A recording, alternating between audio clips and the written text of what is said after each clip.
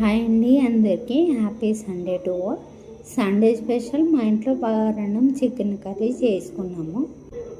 Chicken ఏమీ special కాదు, ఎందుకంటే వీక్లీ 2-3 టైమ్స్ చేసుకుంటాము. కానీ ఈసారి నాటుకోడి చేసుకున్నాం, అందుకే స్పెషల్. ఎలా చేసుకోవాలో చూపిస్తాను, చూడండి. ఇప్పుడు ఒక 1 kg చికెన్ తీసుకొని ఉప్పు వాటర్లో వాష్ చేసి పక్కన పెట్టుకోవాలి.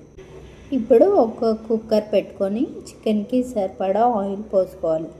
ఆయిల్ బాగా వేడాక ఆనియన్స్, పచ్చిమిర్చి వేసుకోవాలి. 2 స్పూన్ల అల్లం పేస్ట్ వేసుకోవాలి. 1 స్పూన్ పసుపు వేసుకోవాలి. ఇప్పుడు ఆల్రెడీ కడిగి పెట్టుకున్న చికెన్ని వేసుకోవాలి. సాల్ట్ వేసుకోవాలి. 5 స్పూన్ల కారం వేసుకోవాలి. 1 స్పూన్ గరం మసాలా పౌడర్ వేసుకోవాలి. 2 స్పూన్ల ధనియాల పౌడర్ వేసుకోవాలి. టమాటా వేసుకోవాలి.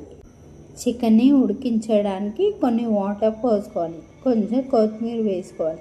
కుక్కర్ క్యాప్ పెట్టుకొని చికెన్ని మంచిగా ఉడికించుకోవాలి. అంతే అండి, వేడి వేడి నాటుకోడి చికెన్ రెడీ అయింది.